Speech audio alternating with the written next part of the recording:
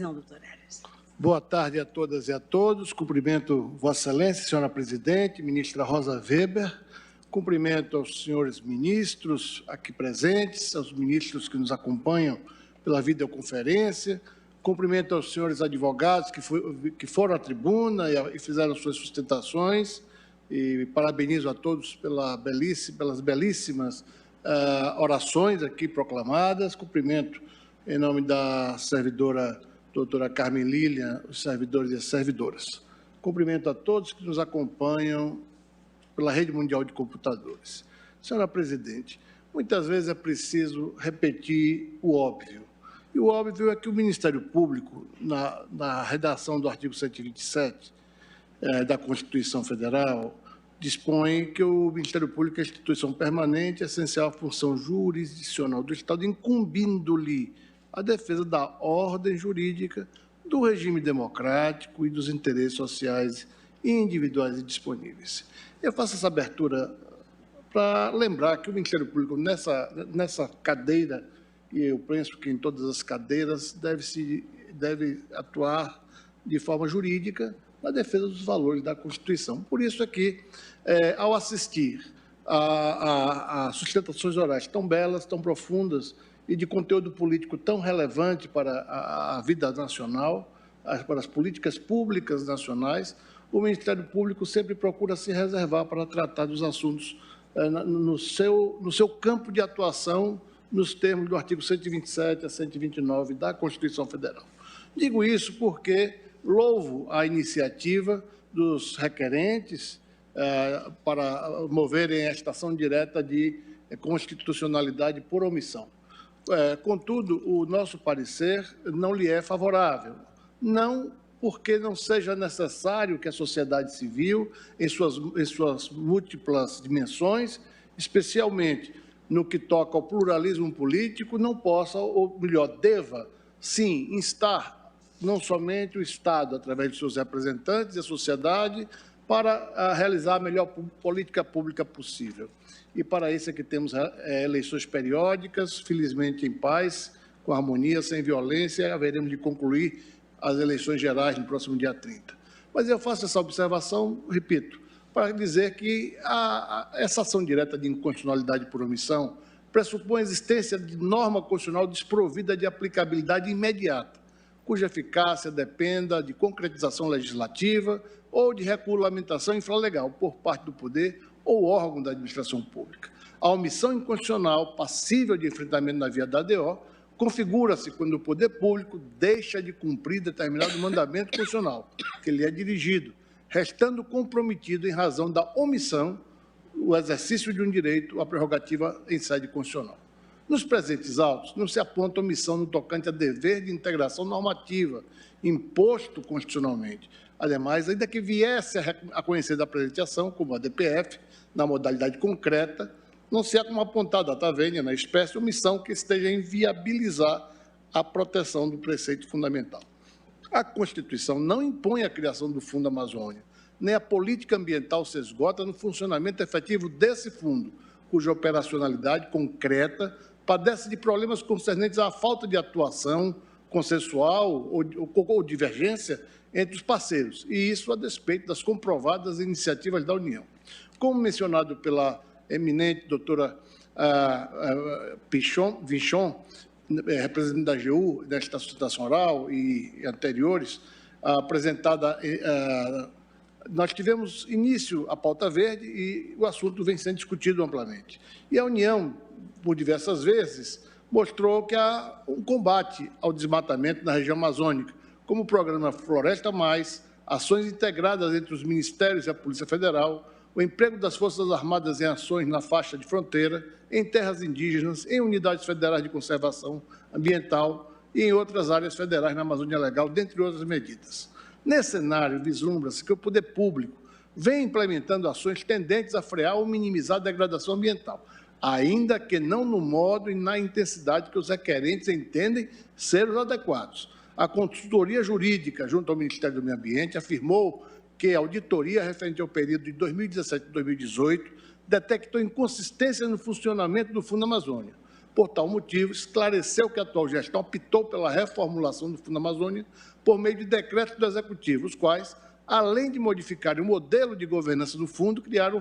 o Conselho Nacional da Amazônia Legal, conferindo-lhe competência para tratar da reativação do fundo e de seu financiamento internacional.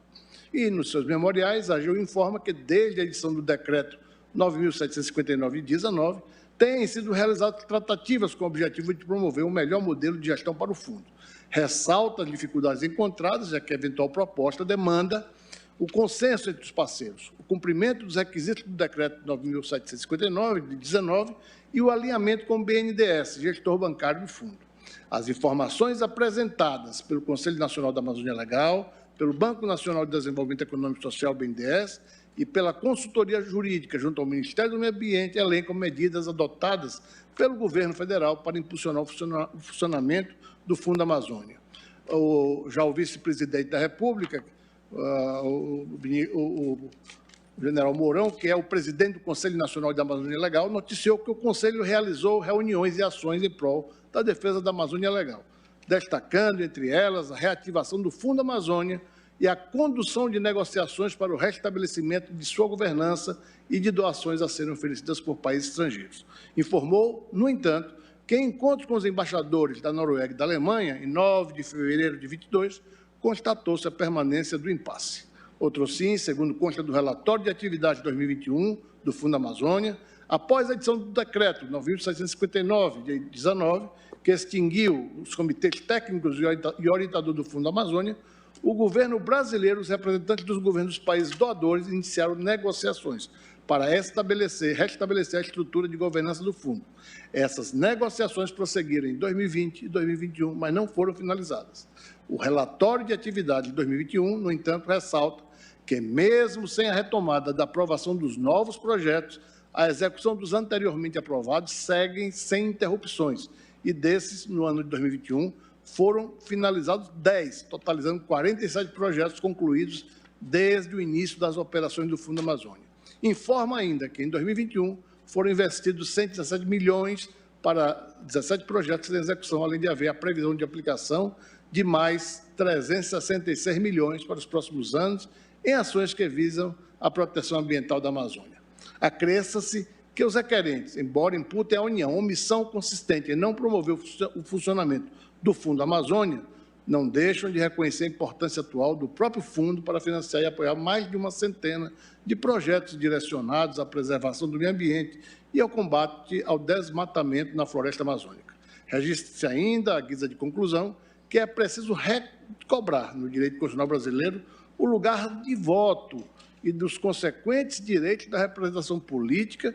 que resultam da investidura popular. As escolhas políticas, primeiro, a da lei geral e abstrata, e, em seguida, a dos atos administrativos, dos espaços abertos pela lei, se insere no rol das atribuições próprias dos poderes constituídos, por representantes eleitos pelo povo, além de integrados nos quadros funcionais de sua organização por pessoal técnico com expertise específica. Segundo o professor Gomes Canotilho, entre os princípios funcionalmente limitativos da jurisdição constitucional encontra-se o da autolimitação judicial, que entre nós tem assento no artigo 2º da Constituição, segundo o qual são poderes da União independentemente e harmônicos entre si, o Legislativo, o Executivo e o Judiciário. Controvérsias sobre o conteúdo e a medida de políticas públicas ambientais são salutares e indicativas de um sadio pluralismo constitucional, mas o embate político, salvo quando configurar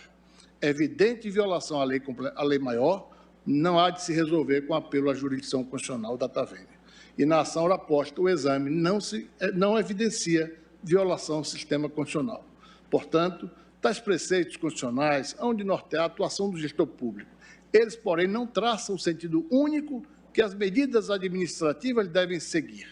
ou a sua exata e concreta conformação. Demais disso, o delineamento constitucional da matéria ambiental conforma necessariamente a definição de ações adequadas nesse campo e a escolha do melhor modo de implementá-las. Contudo, essas decisões se inserem no rol das atribuições próprias dos poderes legislativo e executivo, instâncias dotadas de representantes eleitos e pessoal técnico com expertise específica. Imperioso ter presente a realidade inafastável das capacidades institucionais. Essas são também evidências no plano da estrutura administrativa e funcional interna de cada instituição, da delimitação do espaço de atuação de cada um dos poderes e órgãos respectivos, fornecendo mais uma razão para a necessária postura deferente do Judiciário em face de decisões de cunho técnico ou político dos demais poderes. O acolhimento do pedido, como os que foram veiculados na exordial, apresenta a adicional dificuldade do grande risco de inexequibilidade das decisões, verdadeiras sentenças estruturais, emanadas em sede imprópria de controle abstrato e a respeito de temas como das minúcias da política ambiental, de alta especialização técnica e dependente de compreensão e execução que se dão segundo critérios técnicos e políticos, harmonizando escolhas e responsabilidades governativas que a Constituição data vênia não atribuiu ao Poder Judiciário. A proteção do plexo de bens jurídicos eminentes envolvidos na questão ambiental é dever de todos os poderes da República Federativa do Brasil, no compasso dos mandamentos constitucionais e na órbita funcional traçada à ação de cada um deles. A Amazônia, como todos sabem, é um bem precioso de titularidade difusa de toda a nação brasileira. E o Ministério Público brasileiro continuará, das distintas vias de que dispõe, atuando, fiscalizando e colaborando com as instituições do Estado no cuidado com a nossa Amazônia, nas vias processuais adequadas. Pela oportunidade desta sessão de julgamento, quero dizer que, assim como os partidos requerentes vêm em nome da sociedade defender a Amazônia, esta semana, este Procurador-Geral da República, representando o Ministério Público Federal Brasileiro, se reuniu com os representantes da Agência Ambiental Alemã e também de representantes da comunidade norte-americana para o lançamento do sistema do Georradar. O Georradar é um sistema muito moderno, que foi financiado pelo próprio orçamento do Ministério Público Federal, com apoio do GIS, o GIS, de origem alemã, e para isso nós temos doravante em tempo real o escaneamento de toda e qualquer modificação na região amazônica, seja por desmatamento, seja por queimada, seja por qualquer inovação caracterizada como de forma não ordinária. Dessa forma, o Georradar vem num momento importante para que nós cumpramos como nosso dever de advogados da sociedade na esfera eminentemente jurídica. De outra parte, senhora presidente, senhores ministros, senhores advogados e advogadas, é importante também lembrar que a nossa gestão à frente da Procuradoria-Geral da República, nós destinamos em maio último 30 novas vagas de procuradores da República para a região amazônica, das quais 10 exclusivamente para a defesa do meio ambiente amazônico e para a defesa dos indígenas. Ademais, também, desde junho, providenciamos recursos financeiros para que a unidade do Pará adquirisse, que já esteja funcionando, 3 embarcações apropriadas, adequadas, para que o Ministério Público tenha, através de seus membros, servidores, segurança institucional, a locomoção pelas vias fluviais e a defesa da Amazônia. Também, recentemente, começamos os estudos e as nossas mobilizações para a aquisição de 6 aeronaves, sendo que 3 helicópteros e 3 aviões, 2 para cada grande unidade da federação, 2 para Belém, 2 para Manaus e 2 para Porto Velho.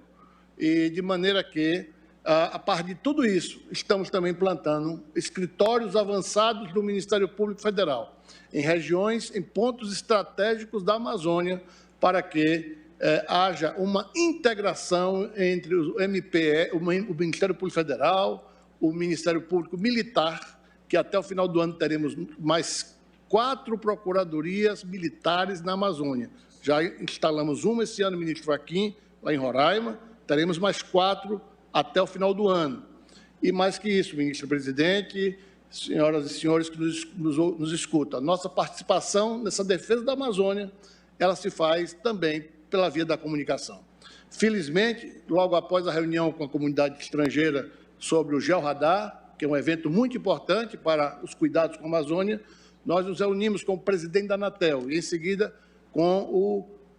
ministro da Comunicação. E Sua Excelência, o ministro da Comunicação, solicitou os pontos da Amazônia que nós pretendemos ter comunicação via satélite para que a internet, a comunicação seja feita rapidamente entre o Ministério Público, entre as Forças Armadas, Polícia Federal e todas as instituições encarregadas da defesa do nosso maior patrimônio, que é a nossa biodiversidade amazônica, com toda a sua importância para o Brasil e para a comunidade planetária. Enfim, senhora presidente, senhores ministros, eu gostaria muito de poder falar na linguagem indígena, e não posso falar porque não sei, mas gostaria de dizer com simplicidade: esta terra tem dono. E este dono são os brasileiros, que têm a responsabilidade de compartilhar esta defesa do meio ambiente com toda a comunidade planetária. Dito isso, quero registrar que, não obstante a manifestação deste procurador seja pelo não conhecimento da ADO, reconhecendo a sua importância, pela sua exortação, pela sua natureza exortativa para com os governos, no sentido de voltar-se diretamente para a melhor defesa deste grande patrimônio, é também no mérito pela improcedência do pedido, pelas razões aqui expostas. Não sem antes ter agradecido a Vossa Excelência a oportunidade de dizer que o Ministério Público Brasileiro, no aspecto jurídico que lhe incumbe, está cumprindo com o seu dever. Muito obrigado, senhora presidente, senhoras e senhores ministros.